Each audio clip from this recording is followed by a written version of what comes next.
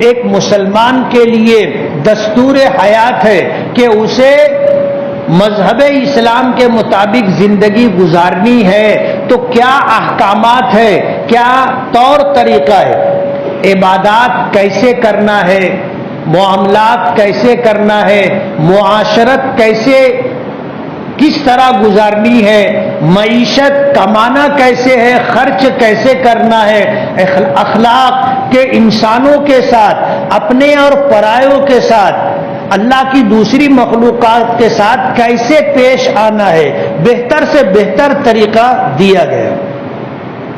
یہ ہے ہماری شریعت جسے اسلام کہتے ہیں۔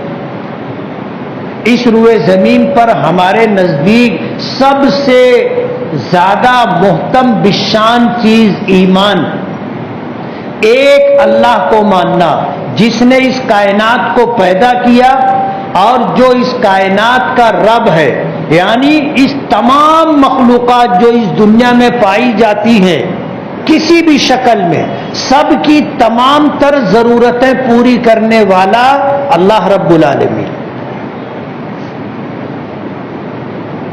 یہ ایمان ہے۔ روئے زمین پر انسانوں کے لیے سب سے قیمتی چیز۔ آج روئے زمین پر جتنے بھی مخلوقات کی پوجا کی جاتی ہے، پرستش کی جاتی ہے، وہ سب اللہ کے پیدا کیے ہوئے اللہ کی مخلوق ہیں، ان پر تصرفات اللہ رب العالمین کا ہے۔ آج دنیا میں کوئی ایک شخص بھی اپنے معبودان باطلہ میں سے کسی ایک معبود کو یہ بتا اور ثابت نہیں کر سکتا کہ یہ اللہ کا پیدا کیا ہوا نہیں۔ میں نام نہیں لینا چاہتا اور تفصیل میں نہیں جانا چاہتا، ورنہ بات کدھر سے کدھر چلی جائے گی۔ آج مجھے جو ان تمام تمہیدی گفتگو کے ساتھ کہنا ہے وہ یہ کہ ہمارے پاس سب سے قیمتی چیز ایمان ہے، اور ایمان یہ ہے کہ ہم تنے تنہا اللہ رب العالمین کو اپنا پیدا کرنے والا خالق اور اپنا مالک مانتے ہیں، اور ہم صرف اسی ایک رب کی عبادت کرتے۔ ہم روئے زمین پر مخلوقات میں سے کسی مخلوق کی پوجا نہیں کرتے، پرستش نہیں کرتے، ہم پوجا کے طور پر کسی کے سامنے اپنا سر نہیں جھکاتے، ہم جھکتے ہیں تو صرف ایک اللہ کے لیے جھکتے ہیں، بس اللہ کے علاوہ کسی اور کے سامنے ہم پرستش پوجا کے اعتبار سے، عبادت اور طاعت کے اعتبار سے اپنا سر نہیں جھکاتے۔ یہ ہمارا ایمان ہے اور یہی ہماری شریعت کا خلاصہ ہے۔ ہر حال میں ایمان باقی رہنا چاہیے، ہر حال میں ایمان باقی رہنا چاہیے، اور جو شریعت ہمیں دی گئی ہے اسلام کی شکل میں، یہ شریعت لا مبدل لہ، اللہ پاک نے قرآن کریم میں فرما دیا کہ اس کو تبدیل کرنے کا حق اللہ نے کسی کو نہیں دیا، کسی کو بھی نہیں، حتیٰ کہ مسلمانوں میں سے جو ان کے پیشرو، ان کے پیشوا، ان کے عالم، ان کے حافظ اور مفتی اور قاضی کہلاتے ہیں، اولیاء کرام بزرگان دین کہلاتے ہیں، ان کو بھی شریعت اسلامیہ میں تبدیلی کرنے کا کوئی حق نہیں، ہم بھی نہیں تبدیل کر سکتے، کسی کو اس کا حق نہیں۔ ہماری شریعت اسلام جب سے ہے آج تک جس حالت پر تھی اسی حالت پر رہے گی۔ یہ الگ بات ہے کہ ہم اس پر عمل کریں نہ کریں، وہ میرا اپنا اختیار ہے، میں نماز پڑھوں نہ پڑھوں، لیکن نماز کو کوئی بدل نہیں سکتا، روزہ رکھوں نہ رکھوں لیکن روزے کو کوئی تبدیل نہیں کر سکتا، زکات ہے، حج ہے، یہ اپنی جگہ مسلم ہے. اگر مسلمان اس پر عمل کرتا ہے تو اس کے لیے اچھا ہے، نہیں کرتا ہے وہ نافرمانی کر رہا ہے اپنے پیدا کرنے والے کی. لیکن شریعت اسلامیہ میں تبدیلی کرنے کا حق اللہ نے کسی کو نہیں دیا. لا مبدل لہو، کہ شریعت کو کوئی بھی تبدیل نہیں کر سکتا. فرمایا لا تبدیل لکلمات اللہ، اللہ تعالیٰ کی کلمات قرآن کریم میں آئی ہوئی آیات، ارشادات، احکامات میں کوئی تبدیلی نہیں ہوگی. اور ہماری شریعت کا ایک حصہ وقف ہے. وقف ہماری شریعت کا ایک حصہ ہے، اس میں بھی کوئی تبدیلی نہیں کی جائے گی. جو احکامات آج سے 1450 سال پہلے ہمیں ملے ہیں وہی احکامات بعینہ من وعن آج تک ہیں، آج بھی رہیں گے اور قیامت تک اسی طرح رہیں گے. اس میں تبدیلی کرنے کا اختیار کسی کو نہیں. آج کی موجودہ حکومت وقف کو ختم کرنا چاہتی. بہت پرانی کہاوت ہے، نہ رہے بانس نہ بجے بانسری. جب وقف ہی نہیں رہے گا تو پھر وقف کے احکامات بھی نہیں رہیں گے. یعنی نفس سے وقف کو ختم کرنے کی کوشش کی جا رہی ہے. درخت کی جڑ ہی کاٹ دو تو پھر درخت تو بچے گا ہی نہیں. نفس سے وقف کو ختم کرنے کی کوشش ہے. ہمیں بہلاوا دیا جا رہا ہے، ہمیں جھانسا دیا جا رہا ہے. اور وقف میں تبدیلی کا یہ معاملہ آج کا کوئی نیا نہیں ہے. انگریزوں نے بھی اپنے دور حکومت میں الگ الگ طریقوں سے وقف کو ختم کرنے کی کوشش کی، وقف میں بدلاؤ لانے کی کوشش کی. انگریز بھی 2-2.5 صدی تک اسی کوشش میں لگے رہے. آپ اگر وقف کی تاریخ اٹھا کے دیکھو گے تو مسلم حکمرانوں نے، مسلمانوں نے، صاحب ثروت اور امیر لوگوں نے اپنی جائیدادیں وقف کی. وقف کا مطلب یہ ہے کہ نفس سے جائیداد ملکیت باقی رہے گی، نہ اسے کوئی خرید سکتا ہے نہ اسے کوئی بیچ سکتا ہے. اس سے جو آمدنی ہوگی، اس کا جو نفع ہوگا، وہ آمدنی اور نفع ضرورت مندوں پر تقسیم کیا جائے گا، ضرورت مندوں پر خرچ کیا جائے گا. یہ ہے وقف. وقف میں مسجدیں آتی ہیں، مدرسے آتے ہیں، سرائے آتی ہیں، قبرستان آتے ہیں. اس طرح اور اس کے لیے وقف کرنے والا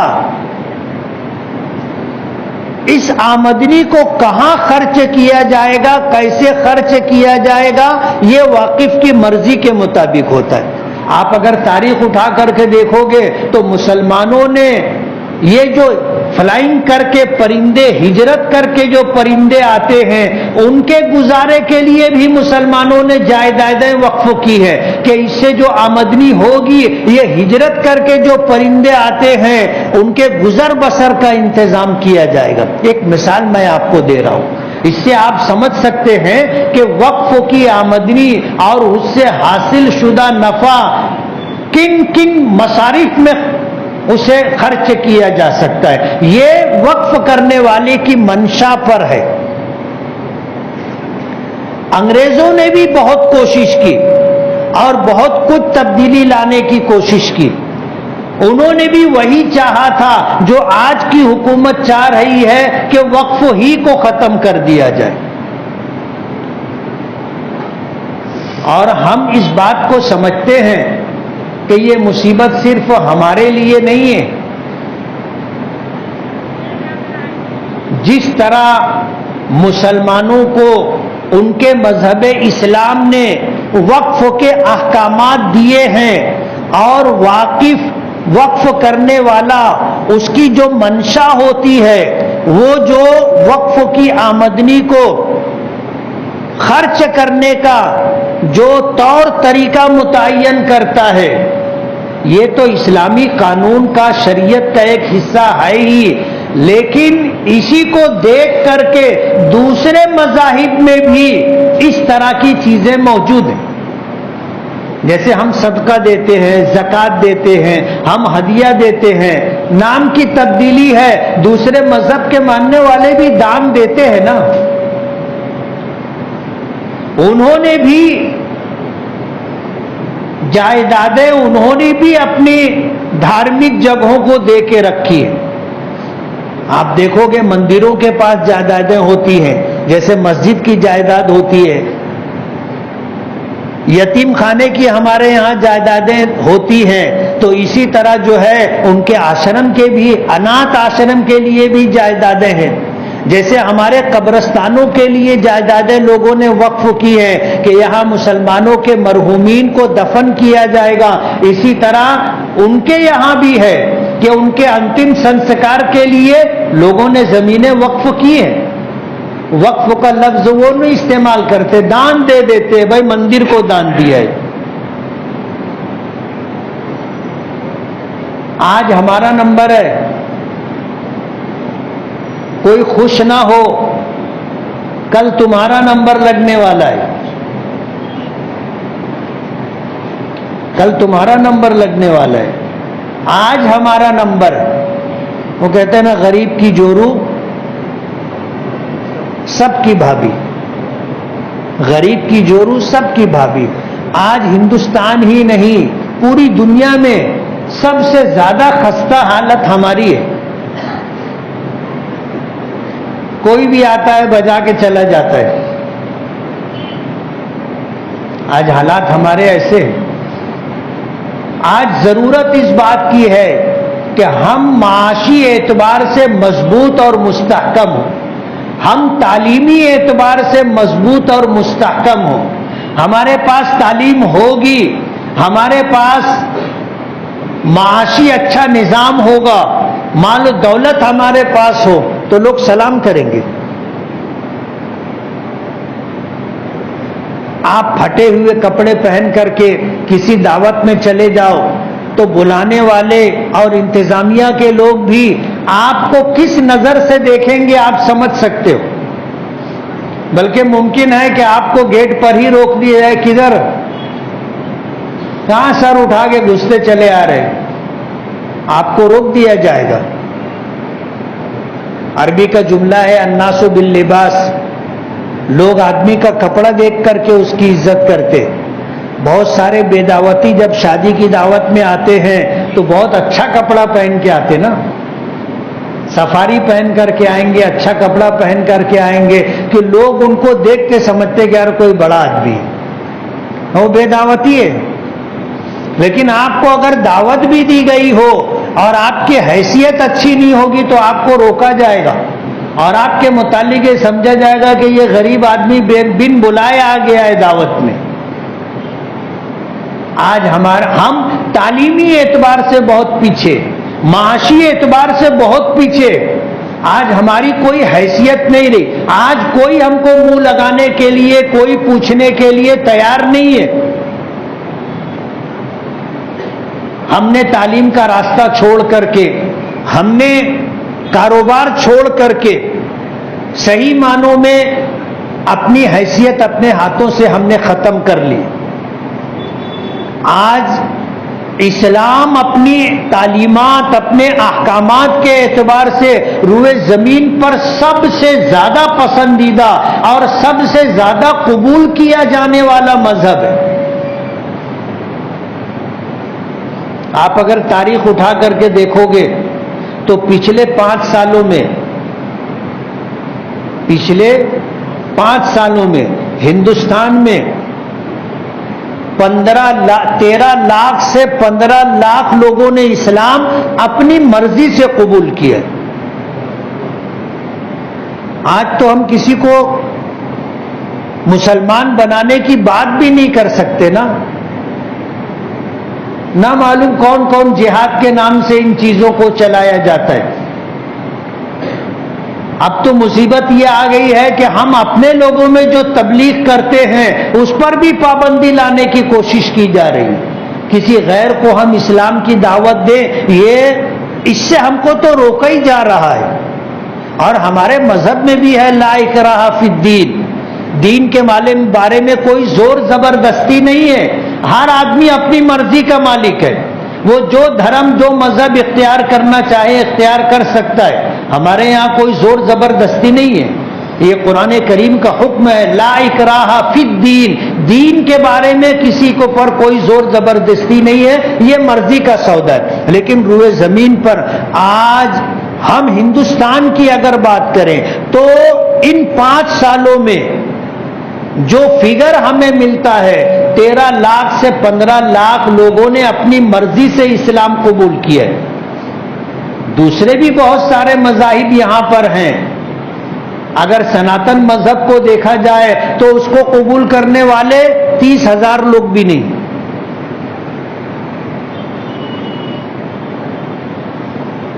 تو اسلام اپنی تعلیمات کے اعتبار سے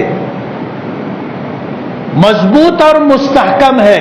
اس کی تعلیمات ہی ایسی ہیں کہ جو مسلمان نہیں ہیں وہ بھی اس کی تعلیمات کو اختیار کر کے زندگی گزار رہا ہے اسلامی تعلیمات کے مطابق. وہ ہماری شریعت کی گائیڈ لائن ہے، وہ ہماری شریعت کے احکامات اور تعلیمات ہیں. غیروں نے اپنائے ہیں، اس پر عمل کر رہے ہیں. لیکن اپنے مذہب کی بدنامی کے لیے، اپنے مذہب کی رسوائی کے لیے مسلمانوں نے ہی سب کچھ کیا ہے. آج اگر دیکھا جائے تو کون سا گناہ ایسا نہیں ہے جو مسلمان نہیں کرتا. نشے کا کاروبار یہ کرتا ہے، جوئے کا کاروبار یہ کرتا ہے، زنا کے اڈے یہ چلاتا ہے، چوری یہ کرتا ہے، لوگوں سے مال چھیننا، لوٹنا پاٹنا یہ سب مسلمان کرتا ہے. آج اگر جو ہے جرائم کرنے والوں کی فہرست اگر پولیس اسٹیشن میں اور جیل میں جا کے دیکھی جائے تو سب سے لمبی فہرست مسلمانوں کی ہوتی. اپنے مذہب کی بنیادی طور پر بدنامی کرنے والے ہم ہی لوگ ہیں. اپنا تعلیمی شعبہ، اپنے بچوں کو پڑھانا یہ ہماری ذمہ داری ہے. محنت کرنا، کاروبار کرنا، کمانا یہ ہماری ذمہ داری ہے. آج کاروبار نہیں کرتے، مزدوری نہیں کرتے، ایسے ہی گھومتے پھرتے رہتے ہیں، مانگنے کے لیے کوئی نہ کوئی بہانہ ڈھونڈتے رہتے. لوگ آتے ہیں، آ کر کہتے ہیں کہ وہ آپریشن کرانا ہے، ایسا آپریشن ویسا آپریشن، یہ بیماری. اپنے ان کو بولو ٹھیک ہے آپ فائل لے کر کے آ جاؤ، ہم علاج کروا دیتے ہیں. بولے نہیں، وہ علاج پونا میں کروانا ہے. تو میں نے کہا یار پونا اور بمبئی میں کیا فرق ہے؟ علاج کروانا ہے، علاج جہاں ہو جائے کروا دیں گے. بولے نہیں آپ پیسہ دے دو. ان کو پیسہ چاہیے، علاج مقصد نہیں ہے، پیسہ چاہیے. مانگنے کے لیے ہم لوگ بہانے ڈھونڈتے ہیں. ہماری شریعت میں مانگنا انتہائی ذلت کا کام ہے. ہمارے نبی نے فرمایا سوال ذل، مانگنا ذلت ہے، اپنے آپ کو ذلیل کرنا ہے. لیکن مانگنے والے سب سے زیادہ مسلمانوں میں ہیں. ہماری شریعت نے اگر کسی چیز سے منع کیا ہے اور ایک آدمی بیمار ہے، محتاج ہے، ضرورت مند ہے، یتیم ہے، مسکین ہے، بیوہ ہے، تعلیم حاصل کر رہا ہے، غریب ہے، اس کے پاس پیسہ نہیں ہے، یہ ساری ضرورتیں پوری کرنے کا حل بھی ہماری شریعت میں ہے، اور وہ ہے وقف. کہ وقف کی آمدنی سے بیماروں کا علاج کرایا جائے گا، غریب بچوں کی تعلیم کا انتظام کیا جائے گا، وقف کی آمدنی سے ضرورت مندوں کی، بیواؤں کی، مسکینوں کی مدد کی جائے گی. یہ سارا حل ہماری شریعت میں موجود ہے. ہمارا دین اور ہماری شریعت ہر اعتبار سے کامل و مکمل ہے. آج ضرورت اس بات کی ہے کہ ہم اپنا تعلیم کا شعبہ مضبوط کریں، اپنے بچوں کو پڑھائیں اور زیادہ سے زیادہ جائز طریقے سے کمانے کی کوشش کریں. اتنا کمائیں کہ آپ کی ضرورت پوری ہونے کے بعد آپ کے پاس مال رہے، تاکہ آپ زکوٰۃ بھی دے سکے، صدقہ بھی دے سکے، آپ غریبوں کی مدد بھی کر سکیں. ہمارے یہاں احکامات موجود ہیں. ہدیہ کس کو دیا جائے گا، صدقہ کس کو دیا جائے گا، زکوٰۃ کس کو دی جائے گی. اب اگر ہماری شریعت ہمیں کمانے کا حکم نہیں دیتی اور مال جمع کرنے کی اجازت نہیں دیتی تو ہم دوسروں کی کیسے مدد کر سکتے؟ کون زکوٰۃ دیتا، کون صدقہ دیتا، کون ہدیہ اور عطیہ دیتا، کون فی سبیل اللہ خرچہ کرتا؟ مال کمانے سے ہمارے دین نے منع نہیں کیا. خوب کماؤ، خوب کماؤ، کوئی حد مقرر نہیں ہے. لیکن ہم لوگوں نے پڑھنا بھی چھوڑ دیا اور کمانا بھی چھوڑ دیا. فضول خرچی سے ہم کو منع کیا گیا ہے اور قرآن کریم میں کہا گیا ہے کہ فضول خرچی کرنے والے شیطان کے بھائی ہیں. ان المبذرین کانوا اخوان الشیاطین. یہ فضول خرچی کرنے والے یعنی ضرورت سے زیادہ پیسہ اڑانے والے، اپنی مالداری، اپنی شہرت اور اپنے نام کے لیے اس طرح لوگ پیسہ برباد کرتے ہیں. ہماری شریعت نے اس سے منع کیا ہے.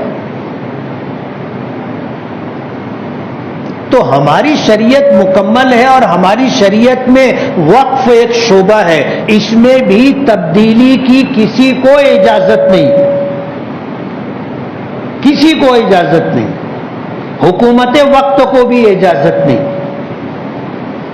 آج ہندوستان مذہبی ملک نہیں ہے، یہاں حکومت کا کوئی مذہب نہیں ہے. یہی وجہ ہے کہ مسلمان بھی چن کے جاتا ہے، سکھ بھی چن کے جاتا ہے اور اسی طرح جو ہے ہندو بھی چن کے جاتا ہے اور سکھ اور عیسائی لوگ بھی چن کر کے جاتے. اور ہندوستان میں بہت سارے مذاہب ہیں، ہر مذہب کا ماننے والا چن کر کے جاتا ہے، حکومت کا ایک ممبر، ایک حصہ بنتا ہے. ہمارا ہندوستان غیر مذہبی ملک ہے، ایک سیکولر ملک ہے، جمہوری ملک ہے. یہاں پر مذہب، حکومت کا کوئی مذہب نہیں ہے. اور اس ملک کو جو دستور بنا کر کے دیا گیا ہے، اس دستور کی دفعات میں اس ملک میں رہنے والے ہر مسلمان کو، ہر سکھ کو، ہر عیسائی کو، ہر پارسی کو، ہر جین سماج کے ماننے، جین دھرم کو ماننے، ہر مذہب کے ماننے والوں کو ان کے مذہب کے مطابق زندگی گزارنے کا پورا پورا حق دیا گیا، پورا پورا حق دیا گیا. ہر ایک کو آزادی ہے. مصیبت یہ ہے کہ ہم اپنی حیثیت کھو بیٹھے. آج ہمارا کوئی وزن نہیں رہا. انگریز آئے تھے وہ بھی اسلام کے پیچھے پڑ گئے تھے. آج بھی جو حکومتیں بنتی ہے گھما پھرا کر کے ان کا ٹارگٹ بھی ہمارا ہی دھرم اسلام رہتا ہے. اوقاف کے تعلق سے مجھے بہت کچھ کہنا ہے، لیکن میں آپ کو ایک بات بنیادی طور پر بتانا چاہتا ہوں کہ یہ جو وقف ترمیمی بل لایا گیا ہے، یہ وقف ہی کو ختم کرنے کا پروگرام. نہ رہے بانس نہ بجے بانسری.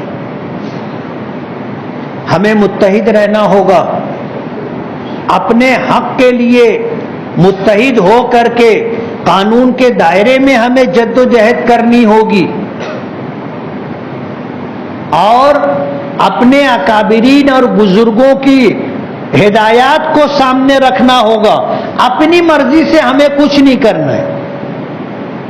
یہ مسئلہ صرف آپ کا یا صرف میرا نہیں ہے، یہ مسئلہ ہندوستان میں بسنے والے تمام مسلمانوں کا ہے، تمام مسلمانوں کا.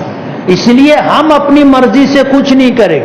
مسلم پرسنل لا بورڈ ہے، جمعیت علماء ہے، جو یہ طے کریں گے ہم اس کے مطابق، ان کی ہدایات کے مطابق چلیں گے.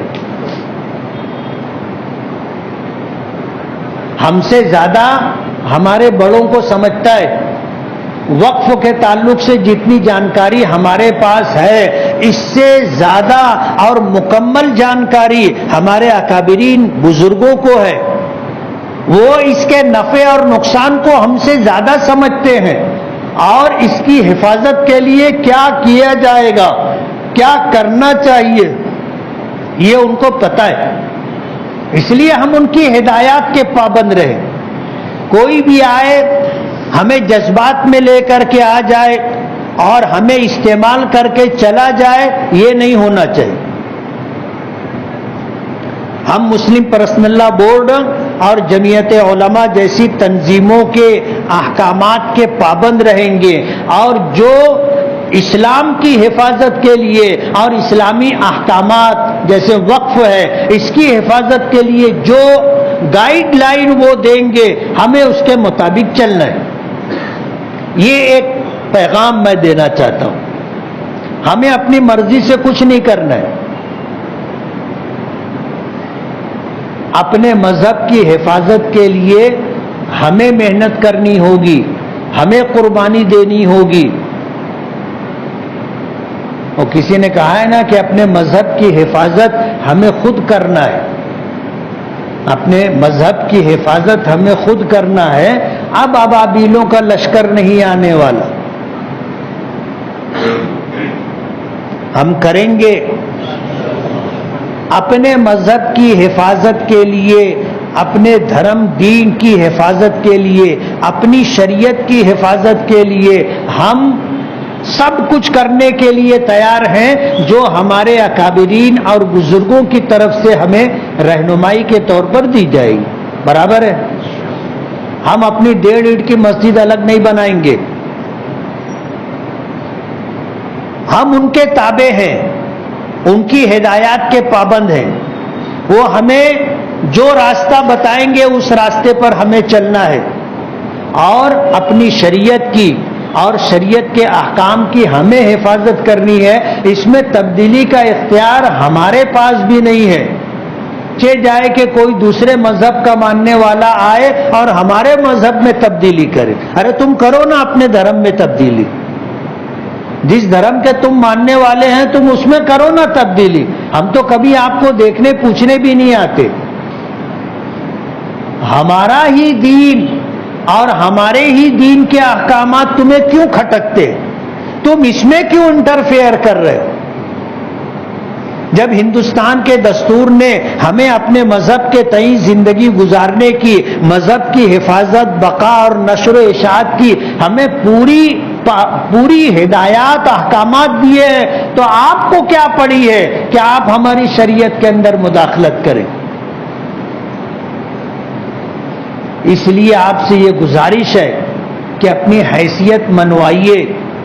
تعلیمی اعتبار سے اپنی صفوں میں مضبوطی لائیے. معاشی اعتبار سے غربت سے اپنے آپ کو نکالنے کی کوشش کیجیے. آپ کے پاس اگر ٹھن گوپال ہے تو لوگ آپ کو سلام کریں گے.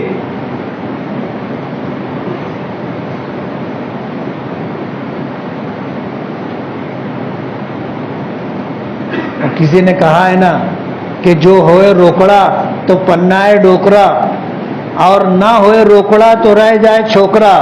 رشتہ نہیں ملتا نا اس کو. پیسہ کماؤ, پیسہ جائز اور حلال طریقے سے کماؤ, بیکار مت بیٹھو, خالی مت رہو, خود بھی محنت کرو, کمانے کے لیے جد و جہد کرو, اپنی اولادوں کو بھی کمانے کے راستے پر لاؤ. مانگنا ہمارے یہاں ذلت ہے. دینے والے بنو, مانگنے والے مت بنو. آج آپ کے پاس پیسہ رہے گا, وقت کا حکمراں بھی آپ کے دروازے پر آئے گا. پیسہ رہنا چاہیے. پیسہ سمجھ رہے ہو؟ میں نام لوں گا تو بات کدھر کی کدھر چلی جائے گی. پیسہ رہنا چاہیے. آپ کماؤ, ورنہ محتاجگی آدمی کو کفر تک پہنچا دیتی ہے. کاد الفقر ان یکون کفرا، حضور نے فرمایا کہ محتاجگی آدمی کو کفر تک پہنچا دیتی ہے. جب آپ کے پاس پیسہ ہوگا، آپ کے پاس تعلیم ہوگی، وقت کا حکمراں بھی آپ کو سلام کرے گا. ہم نے صدیوں سے ان راستوں کو چھوڑ دیا تو آج ہم بے وزن ہو گئے، کوئی حیثیت نہیں رہی. ہمیں یہاں سے جد و جہد اور کوشش کرنی ہے اور مایوسی نہیں ہے. اگر ہماری تباہی و بربادی میں کئی 100 سال لگے ہیں تو ہم کو اپنی واپس اپنی جگہ پر جانے میں بھی کئی 100 سال لگیں گے. ایسا نہیں ہے کہ آج ہم نے اٹھا پٹک چالو کی اور کل ہم کو رزلٹ مل جائے گا، ایسا نہیں. اگر زوال صدیوں میں آیا ہے تو عروج بھی صدیوں میں آئے گا، لیکن ہمیں جد و جہد کرنی، کوشش کرنا ہے، کمانے کے لیے، پڑھنے کے لیے، پروگرام بنانے. ہم تو کوشش کر رہے ہیں کہ مالیگاؤں میں بہت سارے لوگ آج جب ہم سے آ کر کے پوچھتے ہیں تو اندازہ ہوتا ہے کہ مالیگاؤں شہر ٹیکسٹائل شہر ہے، ٹیکسٹائل سٹی ہے. لیکن اب جب اس میں آمدنی گھٹتی چلی جا رہی ہے تو آمدنی کے دوسرے راستے تلاش کیے جا رہے، شیئر مارکیٹ. اور ہندوستان میں مسلمانوں کو کوئی ایسا کاروبار نہیں کرنا چاہیے جس کاروبار میں اس کے ساتھ ان کے ہندو برادران وطن نہ ہو، ورنہ ایسے کاروبار کے خلاف سرکار کی جو پالیسیاں بنتی ہے وہ اس کو ختم کرنے کی بنتی ہے. لیکن کاروبار اگر ایسا ہے کہ اس میں ہندو برادران وطن بھی ہیں اور آپ بھی اس میں شامل ہیں تو سرکار آپ کو ختم کرنے کا کوئی پروگرام نہیں بنا پائے گی.